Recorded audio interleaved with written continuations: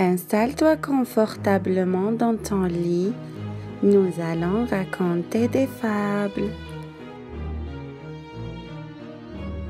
Aujourd'hui, nous allons raconter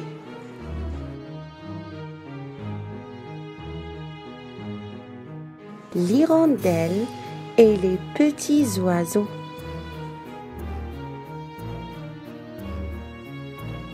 Une hirondelle avait beaucoup appris de ses nombreux voyages.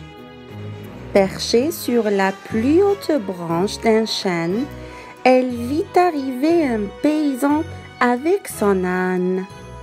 L'homme passa toute sa journée à semer les graines de chanvre dans les larges sillons de son champ.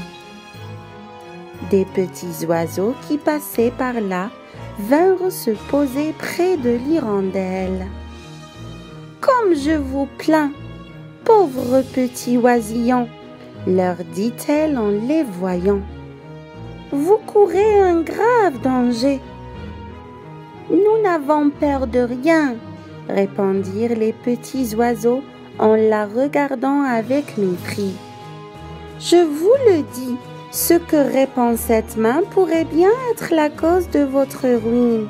À la fin de l'été, lorsque les graines auront germé et qu'elles se seront transformées en gros épis, l'homme reviendra avec ses grosses machines et transformera ce chanvre en filet pour vous attraper.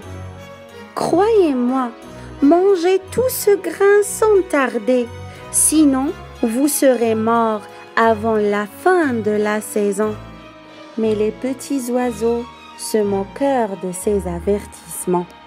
Au milieu de l'été, quand la chènevière fut verte, l'hirondelle leur dit: « Dépêchez-vous d'arracher brin par brin ce qu'a produit ce maudit grain, sinon vous connaîtrez bientôt une terrible fin. » « Prophète de malheur !»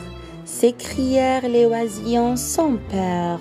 « Pas question de faire tout cet ouvrage. »« Misérable petite tête de linotte, vous refusez de me croire, mais je vous le répète, vous courez droit à votre perte.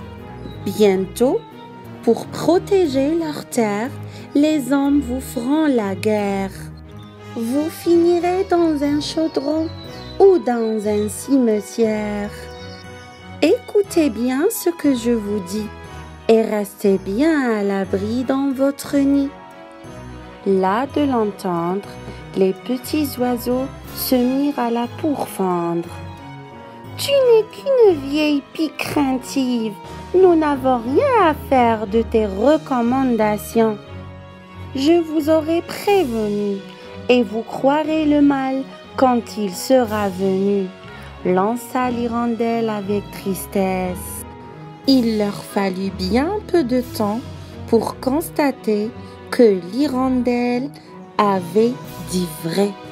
Bien avant l'automne, les uns comme les autres se retrouvèrent dans les assiettes ou sous la terre.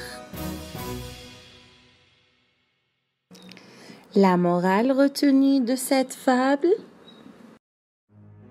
nous n'écoutons d'instinct que ceux qui sont les nôtres et ne croyons le mal que quand il est venu.